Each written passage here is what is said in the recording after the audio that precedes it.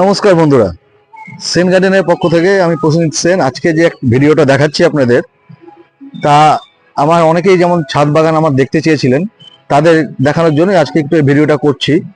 কারণ এই সময় দুর্গাপূজা চলছে এবং পাড়াতেও দুর্গাপূজা হচ্ছে। কি করবো, মানে মাইকের যে আওয়াজ, তাতে কোনো ইনফরমেটিভ ভিডিও আপনাদের আমি দিতে পারছি না এই সময়। কারণ চারিদিকে মাইকের আওয়াজ হচ্ছে, তো আপনারাও পরিষ্কার শুনতে পাবেন না। ওই জন্য ভাবলাম যে যারা গাছ দেখতে চেয়েছে একটু ওটা নিয়ে বলি। আর এই সময় একটু গরমটাও দেখছি একটু বেশি পড়ে গেছে, কিছু সমস্যা হচ্ছে গাছের, সেটা নিয়েও একটু বলতে চাই। যেমন দেখতে পাচ্ছেন গাছের, আমার এই যে এই পাকুড় গাছের বনসাইটা, আর এই যে বট যেটা চায়না বট, এই যে দেখতে পাচ্ছেন, এই রোদ্রে না পাতাগুলো কিন্তু একটু পুড়ে পুড়ে যাচ্ছে। এই দেখেন, এটা কিন্তু রোদের জন্য হচ্ছে। এই গাছটাও দেখেন, এই যে এই সময় বলবো গাছে কিন্তু সকাল বিকাল একটু ভালো করে গাছকে স্নান করিয়ে দেন এই সময়। আর পারলে একটু শেডে রাখার চেষ্টা করেন, কারণ না হলে কিন্তু যা রোদে তাপ আছে, তাতে কিন্তু এই যে এই ধরনের কিন্তু পাতা পুড়িয়ে দিতে পারে আপনাদের। গাছের সমস্যা হচ্ছে, দেখেন এই দেখেন, আমি দুবেলা জল দিচ্ছি তাতেও কিন্তু এই অবস্থা হচ্ছে। এটা রোদ্রের জন্য হচ্ছে এটা। এই জন্য একটু দেখবেন এই সময় যা গরমটা পড়েছে, তাতে গাছকে একটু দুবেলায় অবশ্যই একটু স্নান করবেন। আর জল জন্য একদম মাটি শুকিয়ে না যায়, একটু জলের দিকে লক্ষ্য রাখবেন। আর একটু দেখাই, আমি যে লেবু গাছটা দেখিয়েছিলাম আপনাদের, এই যে আমার ছাদের এই লেবু গাছটা, লেবু ধরে আছে। একটু যারা দেখতে চেয়েছিল তাদের দেখাচ্ছি। একটু আগে এসে আমি সব লেবু তুললাম কিছুটা, এই যে এতগুলা লেবু তুললাম। এটা এই গাছেরই লেবু, এইদিকেও গাছে ধরে আছে।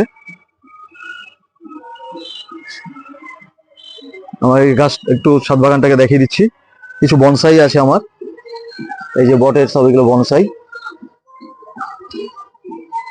তারপরে এই যে ডুমুর গাছ, এই যে ডুমুর গাছে ডুমুরও ধরেছে,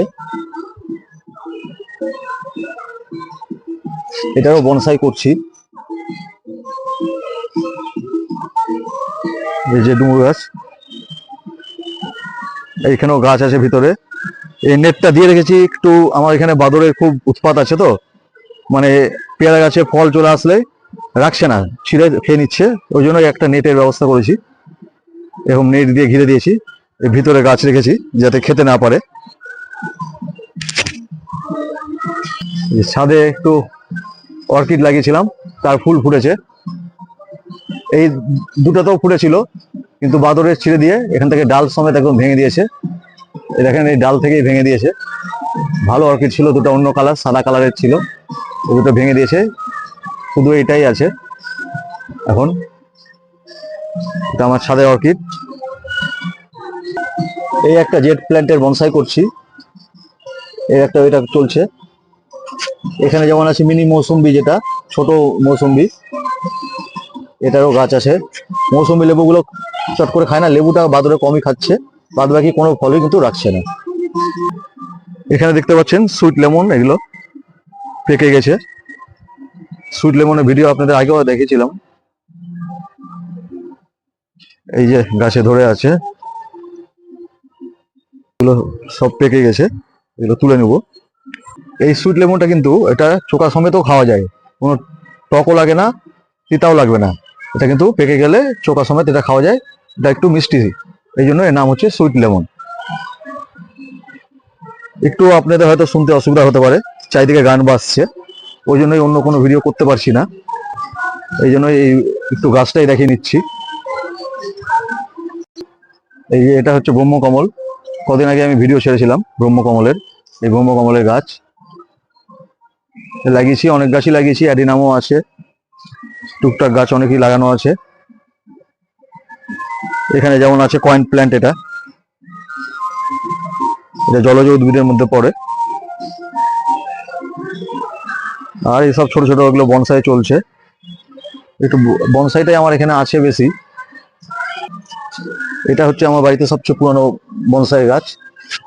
প্রায় এটা আমার বাড়িতেই, মানে 15 বছর উপর হয়ে গেছে, মানে এর জন্মই আমার বাড়িতেই। গাছটা টবে হয়েছিল, ছোট্ট একটা চারা, সেখান থেকে করেছিলাম। 15 বছর উপর হয়ে গেছে গাছটা। এটা দেশি বট।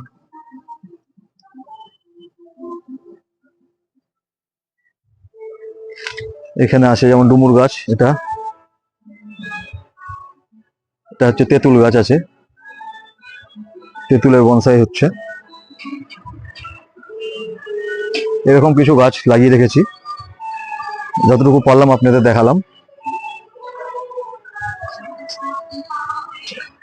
পান গাছও আছে আমার ওখানে, পান গাছ লাগিয়ে রেখেছি।